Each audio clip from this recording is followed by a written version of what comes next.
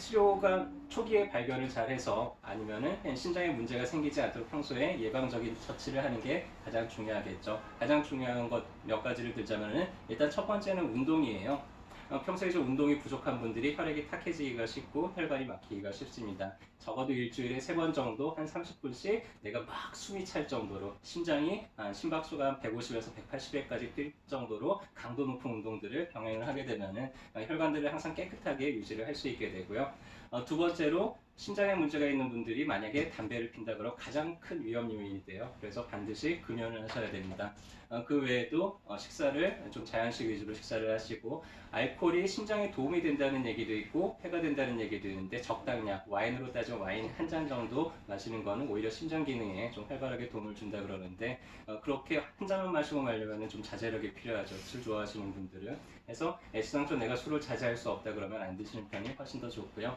다음에 내가 비만이다 그럼 체중을 좀 감량하기 위해서 노력하는 게 좋고 혈압이나 당뇨가 있다 그러면은 그게 좀 정상적으로 잘 관리되도록 이렇게 잘 유지하는 게 좋고요. 또 하나 중요한 게 잠을 충분히 숙면을 취하는 게 중요합니다. 자, 협심증을 한의원에서도 치료할까요? 네. 네, 잘 모르시는 분들이 있던데 치료합니다. 특히 어깨 동무에서는 이런 심혈관계 질환들을 상당히 좀 주의 깊게 살펴보고 있는데요. 그래서 일단 어깨 동무에 오시면은 거의 대부분 분들이 동맥경화도를 좀 체크를 해보도록 저희는 하고 있어요. 그래서 말초혈관 상태가 괜찮은지 만약에 이게 이상파형이 좀 나타난다 그러면은 그런 부분들을 조금 더 정밀하게 확인을 하는 편이고요. 저희 어깨 동무를 대표하는 치료 방법 어혈침이죠. 말초, 사지 말단으로 몸에 있는 어혈들을 풀어내는데 초반에는 좀 순환이 안 좋은 분들 혹은 말초 순환 상태가 좋지 않은 분들은 피가 잘 안 나와요. 나오더라도 좀 새까맣게 나오거나 그렇죠. 그렇다는 얘기는 말초까지 혈액 흐름이 원활하지 않고 혹은 혈관의 산소 포화도가 많이 떨어져 있다는 얘기는 말초의 혈액 교체가 원활하지 않다는 뜻이죠. 그러면 이제 까맣게 나오게 되는데 치료가 반복되면 반복될수록 점점 혈액량도 많아지고 색깔이 좀 붉어지기 시작을 합니다. 그렇다는 얘기는 이제 말초의 혈액 교환이 아주 원활해지고 있다는 뜻이 되겠죠. 이렇게 되면은 뭐 심장병이나 이런 뇌혈관 질환들에 대한 걱정을 한시름 놔도 괜찮습니다. 그리고 저쪽에 보면은 진열대에 신적환이라고 하는 처방이 있는데요. 저게 뭔지 뭐 이런 분들이 있을 거예요. 신장에 쌓여 있는 것들을 좀 해소한다는 뜻인데 중국에 있는 천사제약이라는 데서 개발이 됐는데 상당히 심장 질환에 효과가 있어서 임상 3상까지도 지금 승인이 나 있고 지금은 일반 의약품으로 한국에서는 한의원을 통해서 판매가 되고 있습니다. 관상동맥이랑 모세혈관 순환을 개선하는 데 효과가 뛰어나고 특히나 이제 이런 협심증 증상들, 재반 증상들을 좀 치유하는 효과도 많이 뛰어나다고 논문들이 발표가 되고 있고요. 혈전이 형성되는 것을 방지해서 혈액을 좀 깨끗한 상태로 만드는 데도 상당히 도움이 됩니다. 그래서 실제로 이제 협심증이 있는 분들한테 투여를 했을 때 증상 자체가 대조고렴에서 상당히 완화가 되는 것들을 볼 수가 있고요.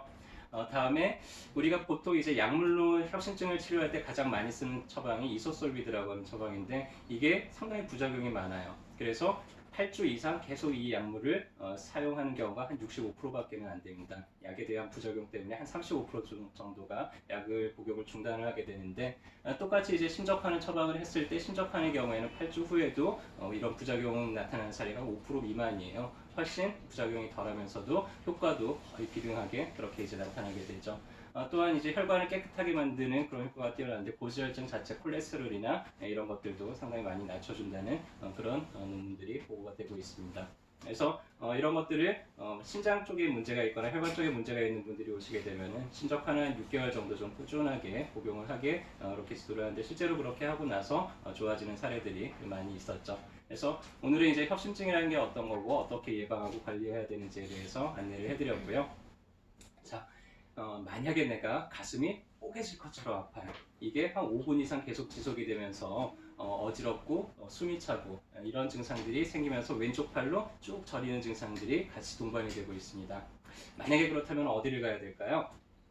그동안 아니에요. 그때는 빨리 응급실을 가셔야 돼요. 지금 제가 설명해드린 이 증상은요, 심근경색이 진행되고 있을지 모르는 그런 증상이기 때문에 만약에 그럴 때는 주변에 있는 사람들한테 나 빨리 119 좀 불러줘 해가지고는 도움을 청해서 같이 빨리 응급실에 가셔야 돼요. 왜냐면은 심장이 정지가 되고 이런 증상이 나타나고 한두 시간 내에 사망하는 경우들이 꽤 많기 때문에 그렇습니다. 그렇게 아주 심각한 경우 말고 평소에 그냥 좀 자주 어지럽고 조금 이렇게 운동을 할 때 숨이 차다든지 식은땀이 나고 가슴이 평소에 좀 두근거리는 증상들이 잘 느껴지고 한다. 그럴 때는 이제 치료는 어디 가서 받으면 될까요? 그럴 때는 이제 어깨동무 오셔가지고 어혈침도 좀 맞고 신접한 처방을 받아서 한 6개월 정도 그렇게 꾸준히 복용하고 하면 이런 재방 증상들을 많이 완화시킬 수가 있겠죠.